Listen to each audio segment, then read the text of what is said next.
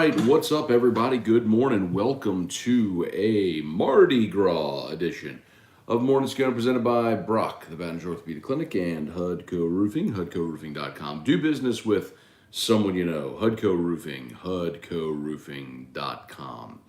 It is Mardi Gras. If you are celebrating today, enjoy the day. It's going to be beautiful. It's sunshiny and gorgeous. It is cold right now, but getting up today to a high of 71.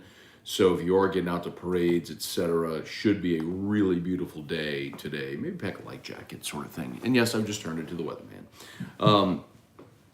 Anyway, so Mardi Gras day today. We are working regular work day for AFR. So we'll have LSU Daily podcast coming up here in a little bit.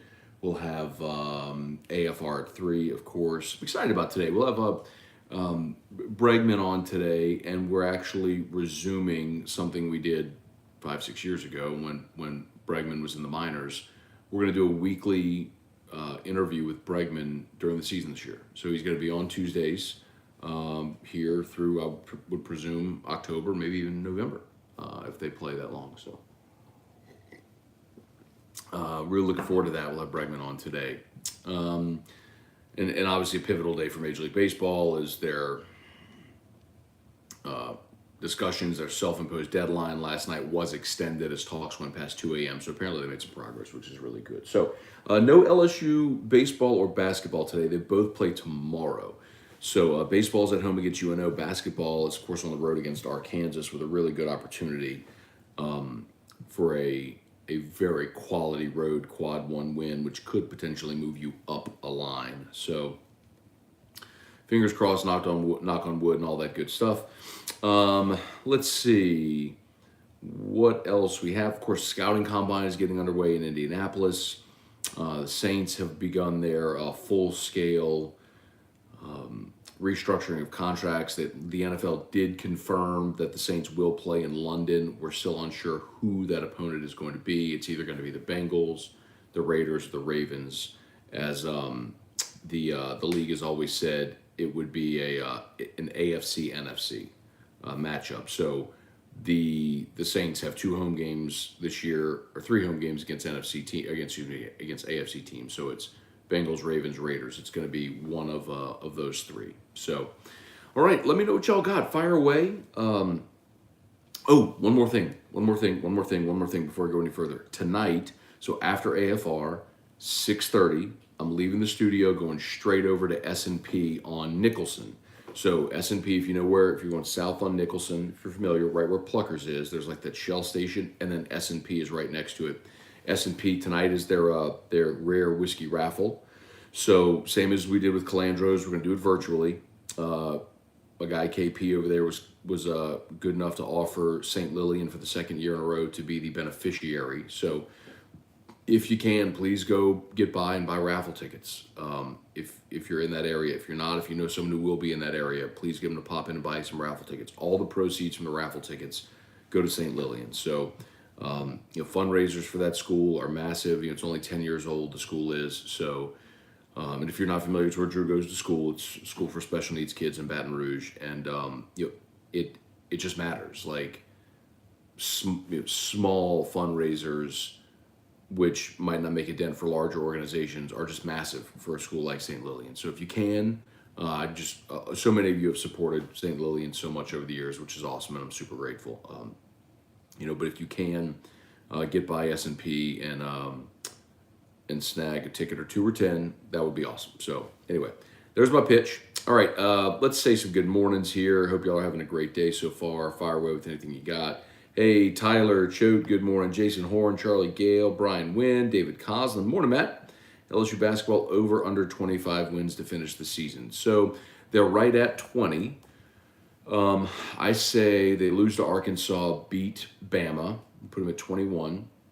I really want to see their draw in the SEC tournament, but I'm pretty confident they're going to get at least 1 win there, which put them at 22. That's a good question.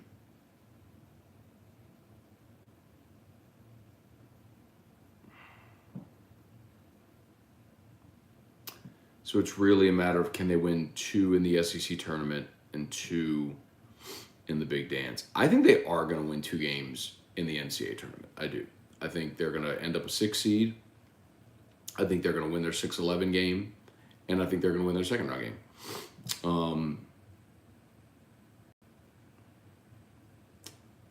What I'm really concerned about is if they win on Thursday and then they draw Auburn or Kentucky, and I don't even know if that's possible because I haven't looked at the bracket.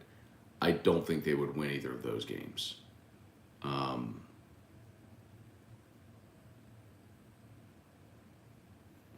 You know, what the hell? I'm going to say over. I'm going to say right on the number. I'm going to say 25. Well, so you said over on 25 wins. If I were you, I would have gone 24.5 is actually what you do. Because if I think the number is right on 25, I think it's a push. Hey, Dad, good morning. Henry Gordon Bennett. Morning, Matt, with all the talk of Stingley falling. If he's available when the Saints pick, do you pull the trigger? So two things. If he's available, do you pull the trigger? Absolutely, 100%, not have any question. There is no way Derek Stingley will be on the board at 18. Like, I will be fall over stunned if Derek Stingley's on the board at 18. We're talking about Stingley falling from top 5 to like 8, 9, 10 range. He's not going to fall another 10 spots. If he did start to slip, some cornerback needy team would jump up and snag him, or anybody would snag him because corner is a premium position. And if you have the best player at that position in the draft and you get him at a bargain, yeah, he's not making it to 18. Like, I can't see him making it past, well, hang on. Let me actually look up the draft order, and I will tell you. All right. Yeah, he's not getting past Atlanta at 8. It's like he's not getting past Atlanta at 8. So, and then if he did fall, the Jets have the 4th and the 10th pick. So if he did fall past the Jets at 4, they're taking him at 10. So no, there is no shot that he makes it to 18. Yeah. The Eagles have back-to-back picks at 15 and 16. Yeah, there's no way. He ain't making it to 18. There's no shot. But so to answer your question, yes, if he's there at 18, yes, but he's not making it to 18. Ron Ritchie, good morning. Jason Horn, that segment was that long ago. Yeah, man. So Bregman, our weekly visit with Bregman was back in 2016. Yeah, so he was drafted in the summer of 15. You played rookie ball for a few months, and then in the summer of 16, summer of 16, when he had his first minor league season, is when he was coming on. When he was in Corpus, and then went up to AAA in Fresno, and then got the call up to the big squad. Bregman segment was 5 years ago. Let's say it was 16. So 6 years ago, actually. 6 years ago. Lady Tigers up to number 6 in the latest poll. Yep. Kenny Kimball, happy Mardi Gras. Kelly Gross, Dax Jeter.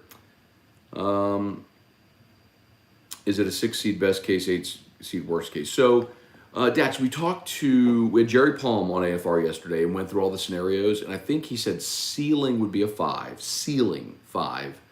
And then floor would be an 8-9 game, just an 8 or a 9, which is really irrelevant. But just what color jersey are you wearing in the 8-9 game? Any update on Javen Coleman? Unfortunately, Kale, no, not officially. Jay Johnson does meet the media today, and so I'm sure he'll have an update. But what I was told yesterday was not good. So they're fearing, elbow, UCL. That's the concern.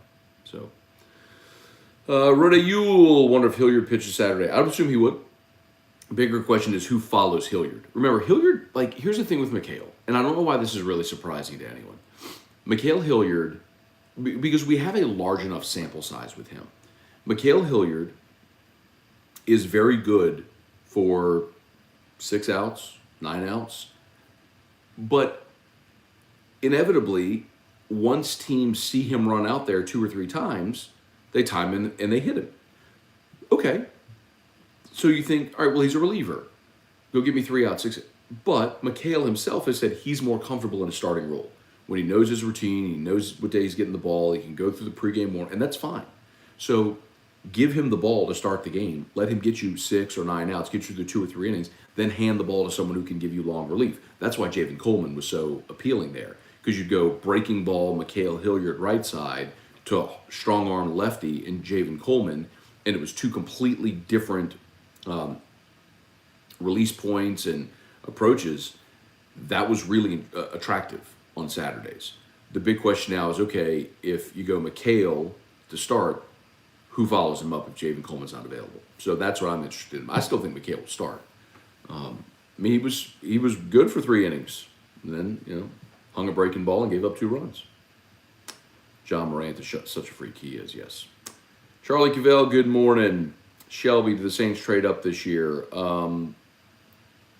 At some point in the draft, they will absolutely trade up. I will tell you that with 100% certainty. At some point in the draft, they will trade up. I don't know if it'll be first round, but at some point in the draft, they will trade up. They are incapable of standing pat. Trivia Carter, what's good, man? Kirk Taylor, Wendell Norman, Bubba Tatum, Pat Huseman, good morning. Kirk, does LSU win against Arkansas? I don't think so, Kirk. Arkansas is on a tear. Bud Walton Arena has become the toughest place to play in the SEC this year, right alongside Auburn Arena, and in part because Arkansas is really good. Now, LSU did have Arkansas beat at home and then allowed a 17-2 run there to finish the game and gagged it away. But I just think Arkansas is right now as hot as any team in the SEC. They're 1 game out of first place in the league right now. At 12-4, a game behind Auburn at 13-3. So, they've got a lot to play for. They're on their home floor. Note has been out of his mind, and then Williams is so good at taking charges and getting guys in foul trouble, and that's been such a problem for Efton Reed and for Tari Eason. I don't love this matchup. LSU's a little bit better defensively than Arkansas. Arkansas's a little better offensively. But Arkansas on their home floor should win this game. I think LSU's going to be really competitive. I hope they go win. It would be awesome. But, man, I can't pick them to win this game. Brett Garafola, good morning. Let's see. Sting not at the combine. Does that give you pause on his health? No, Kirk, it doesn't. Because he's going to run at his pro day ultimately. And the whole thing is he'll go to the combine and they're going to, he had that Liz Frank surgery, which ain't no joke, man. So I know it's a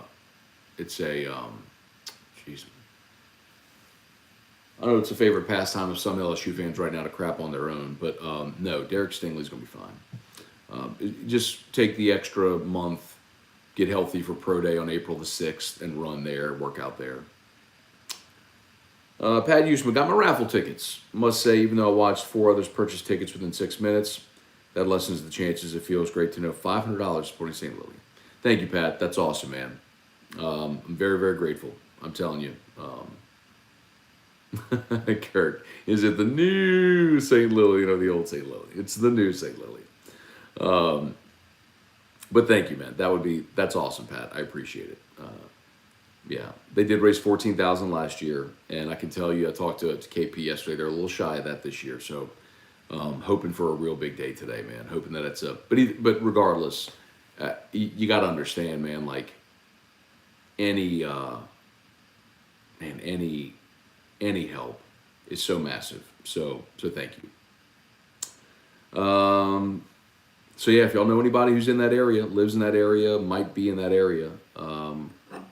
Over on Nicholson, just south of campus, they could pop into S&P and buy raffle tickets. It's $10 a ticket, or I think you get 12 for $100, or it was like 25 for 200. It's something like that. This is the more you buy, the more they give you. But thank you, Pat. That's awesome, man. Kenny Futch, Bama's going down this Saturday. I think so. I think LSU will win at home against Bama. Cliff Nelson, Brandon, good morning. Throw he rocks him. Happy Mardi Gras, throw you rocks some Collins. Okay. Let's see. Trey Guy, come on, smash that like. But yeah, thank you, Trey. By the way, if you would, 47 watching there on YouTube, 17 likes. If you would smash that like button, we appreciate that greatly. And of course, Appreciate you guys here on Facebook as well. Oh, so Ronnie said, does the winner have to be present? No.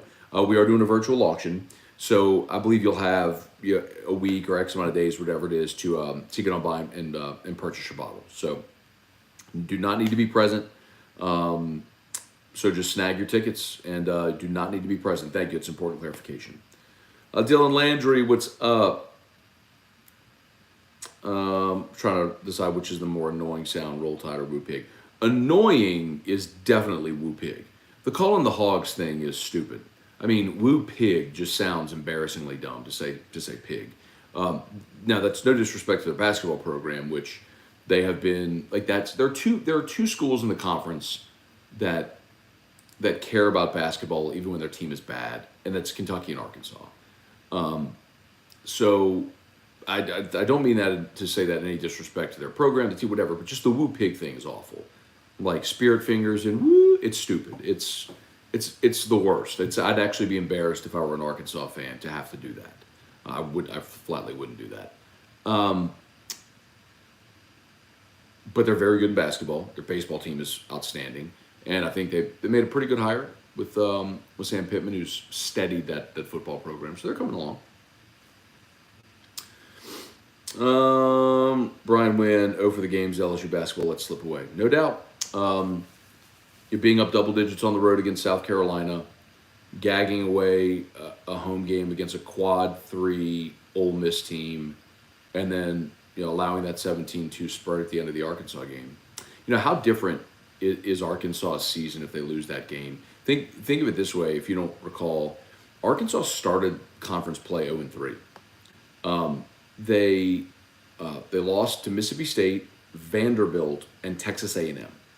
So they had an 0-3 start to the conference and were pretty bad. And then they ripped off 1, 2, 3, 4. So they beat Missouri and then beat LSU. 1, 2, 3, 4, 5, 6, 7, 8. They won 9 in a row before they lost at Bama, and now they've won 4 in a row: Missouri, Tennessee, Florida, Kentucky. I mean, salty, y'all. Salty. They got a home win against Auburn. They got a home win against Kentucky. I mean, their only home conference loss is Vanderbilt. Stunningly, right at the start of conference play. So this could be a tough one, man. There's no question. It's going to be a really tough game going up there trying to win that one. Devin Kelly, good morning. Mardi Gras stupid.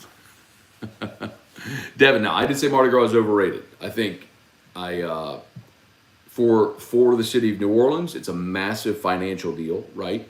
And it's a time for revelry and people like it all. But fighting over plastic beads, all the trash, all the crime that goes along with it, I'm with you. Somewhere along the way, we lost the appeal. Covington Masvidal. They're showing that clip of George Masvidal kneeing Ben Askren in the head. I was there. That was in Vegas when I went for my birthday a few years ago. That was incredible. If y'all know what I'm talking about, if you haven't seen it, you'll see the clip if you're watching ESPN as they promote UFC 272 with Covington and Masvidal.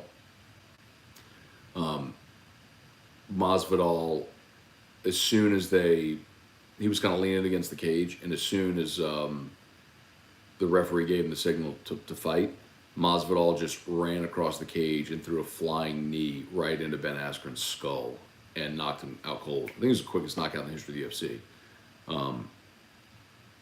And everyone's like, oh, and like whenever something like that happens, when you're in the crowd for it, there's like this moment where everyone's like, oh, it was like high-fiving, you react to whatever, and then you're like looking up at the screen for the replay and all that happens. And I'd say probably about, maybe 60 seconds, 90 seconds of real time passes, and then you're kind of like, then I remember like looking back into the octagon and Ben Askren was still just laying there. And I was like, oh man, he like might really, really be hurt. Now thankfully he got up, even went like 10 minutes later, tweeted, wow, that was embarrassing, something like that. But yeah, watching that live was incredible. I'd say the only knockout that I saw that was more incredible than that I saw live, was Sean Jordan, actually. And if you look this up, you'll see it. But Sean Jordan in New Orleans knocked out Derek Lewis with a jump spin heel kick. And that in and of itself is impressive. Like landing a jump spin heel kick and knocking someone out is impressive. When you're 270 pounds, it's like, what did I just watch? Look it up if you. That's Sean Jordan, who was the fullback at LSU. Look it up if you haven't seen it. Sean Jordan, Derek Lewis knockout. Look that up if you haven't seen it. If you're interested. I don't know how we got to that from the Mardi Gras stupid comment. Cody Boudreaux, good morning. Ryan Rogers, how long do you think Mulkey coaches at LSU before retiring? She ain't even done. Man. She ain't even close to being done. She is on fire. Kim's 59 years old. She's 1 year older than Sean Payton. She signed a contract, an 8-year contract with LSU. So I don't think she's leaving anytime soon.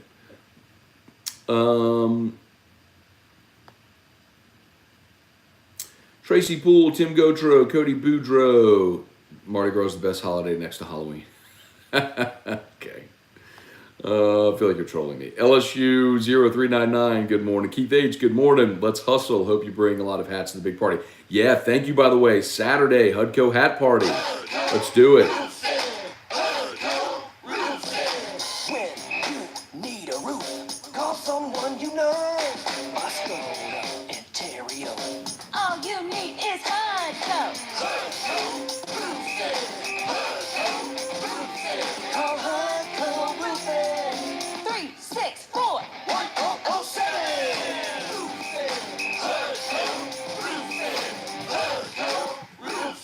Hudco Roofing, that's right. The hat party is Saturday. Tell a friend, tell a friend, tell a friend. It's a baseball watch party. So LSU against #1 Texas Saturday from Minute Maid. We will be at Pluckers on Nicholson for the game. Come hang out, snag you a Hudco hat. If you already have a Hudco hat, please do us a favor because supply chain issues, it's been hard to stockpile hats. So if you already have one, please wear the one you have. If you want to come snag a hat, come hang out. We'll be watching LSU and Texas from Pluckers on Nicholson Saturday, 7 o'clock. Come join us. Make plans to be there. Let's see.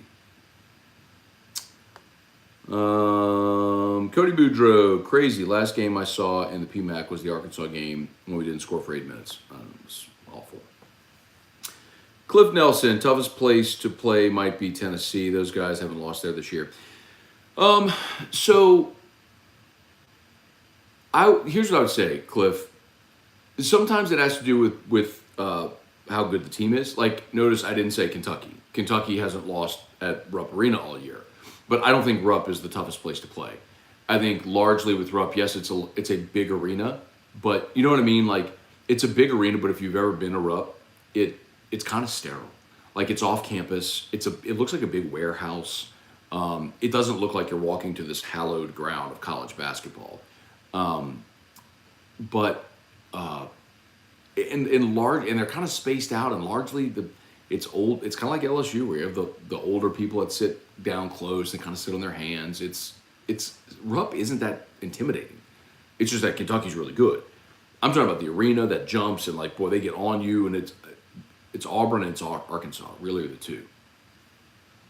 But yeah, you're right. I mean, but Tennessee, in large part, and look, Thompson-Boling Arena is big. I mean, I think capacity-wise, I think it's the biggest in the SEC. It's right there with Rupp and Arkansas, but those are the three that are over 20K, I believe. Tommy Poole, good morning. The cinnamon roll king cakes were delicious. Yes, I agree. King cakes are delicious. That's the thing people miss with my take. We did overrated, underrated, and I said king cakes are overrated. And it's not that I don't I love king cakes. King cakes are amazing. I love them. I eat them like I had one on Sunday. I ate a whole king cake by myself. But the point is, it's just a cinnamon roll. Like, it's overrated. It's no different than if it's a decorated cinnamon roll.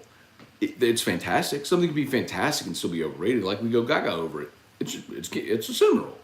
I love it. I love cinnamon rolls. I'll eat cinnamon rolls for breakfast every day of my life. Not really, because I'd be fatter than I am. But you know what I mean. Oh my God, John Morant is stupid good. That shot before halftime is absurd. Did y'all see it? Like they threw a length of the court pass. He jumped, caught it in the air, and shot it before landing. He just caught it while in the air and shot it and switched it. He's absurd.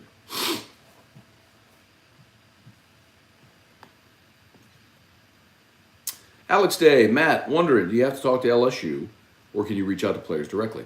So now with NIL, I can reach out to players directly. There's this sort of understood sort of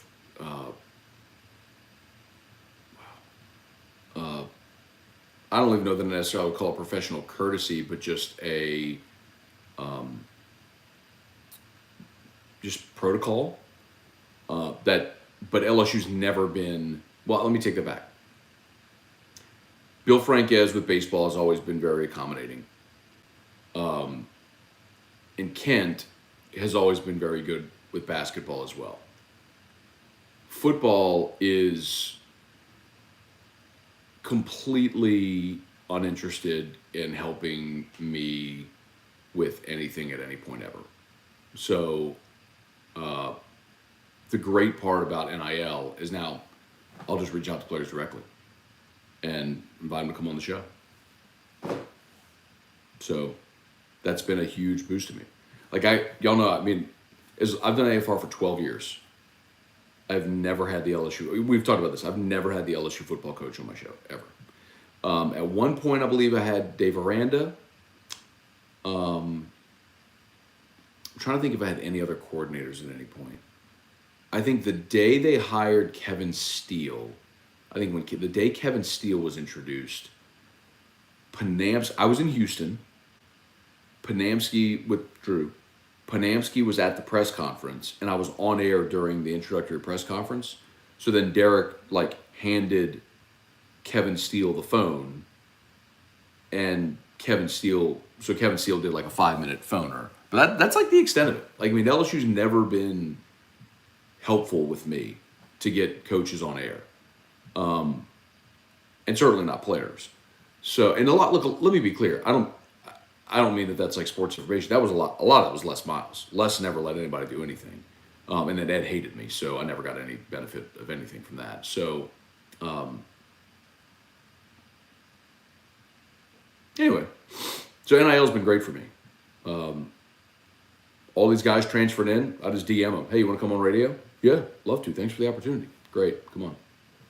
When TJ Finley was coming to Auburn he replaced Bo Nix for that game and threw the game-winning touchdown pass. Then the next week they're coming to Baton Rouge. I DM Finley. Hey, man. Or maybe I had his number. I texted him. You want to come on the show? Yep, come on. Great, thank you.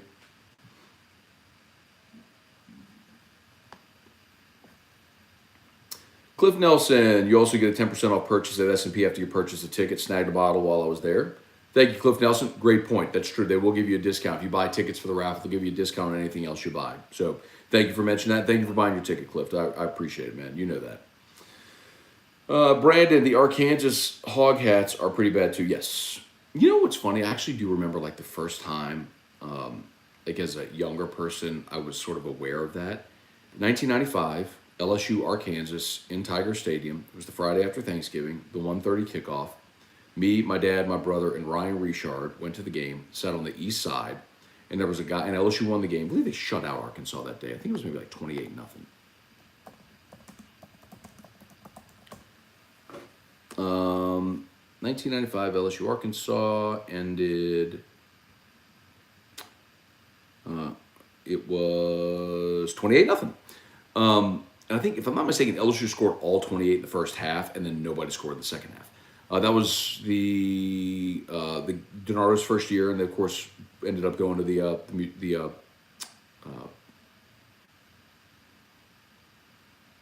Independence Bowl, but it was at the time I think it was the Poulon Weed Eater Independence Bowl. Anyway, it doesn't matter. But we're sitting on the east side, and we're kind of near the aisle, and across the aisle was an Arkansas fan, kind of a big fat guy, and I don't mean to be disparaging, but just a larger man sitting in the seat with a hog hat on the whole game. Let's go Hogs!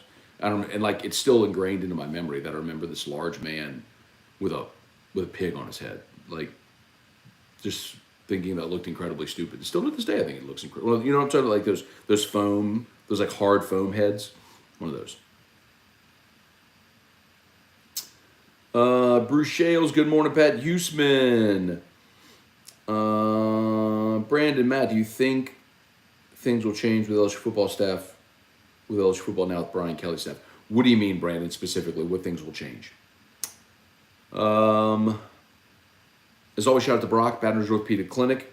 Need an orthopedist? Go to Brock. They're the best. brortho.com. Let's see. Kenneth Westbrook. Kenneth McCown. Morning, Matt.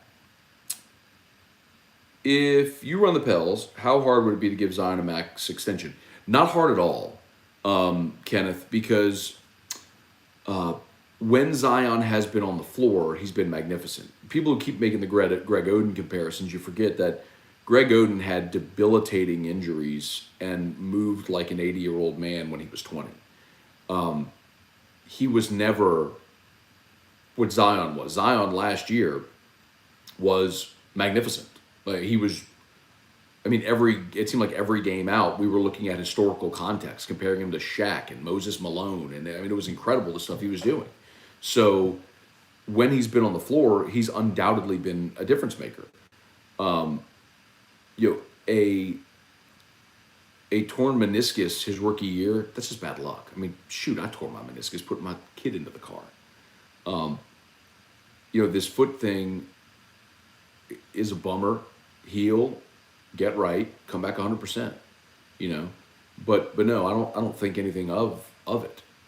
As long as he's, and the team knows better than any of us. As long as they're in contact with him and he's excited about coming back and his teammates like him and all that stuff, yeah, come on.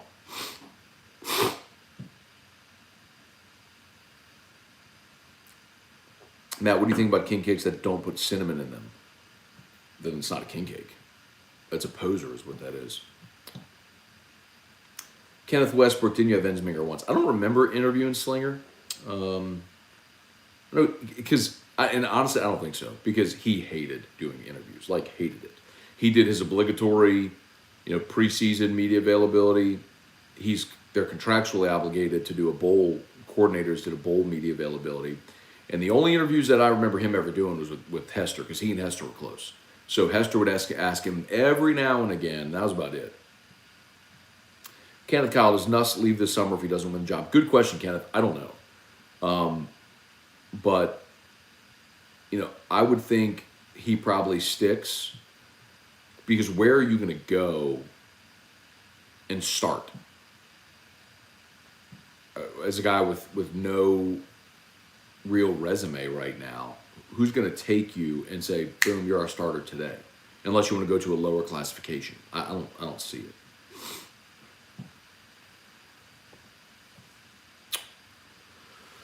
Let's see. Oh, got it. Okay. John Smithsonian, good morning. So Brandon said, will you have better, so he said, will things be better with the LSU football staff, Brian Kelly? Well, so will I have better access to coaches to get them on the show? Maybe. And I don't know the answer, because we haven't really remember, Brian Kelly was hired, he did his introductory press conference, and nobody heard from him for 2 months. There are members of the staff, candidly, that I know. I know Frank Wilson. I've gotten to know Joe Sloan, the new quarterbacks coach, a little bit. I don't know the coordinators at all. I don't know Matt House or Mike Denbrock. I do have a very close friend who is friends with Matt House, so that could open that line of communication. So yeah, I would say that there are those, avenues there. Does that mean I'll be able to get him on the show? I don't know. I don't know if Brian Kelly will allow that. I don't know what his rules are. Like when Joe Sloan was hired, I reached out to Joe. I was like, hey, I texted him. I was like, hey, can you come on the show? He's like, I don't know if I can. They're because everything was hush hush. No one had done any media at that point. So, and that's okay. But so I don't know. Flatly is the answer to the question. I don't know yet.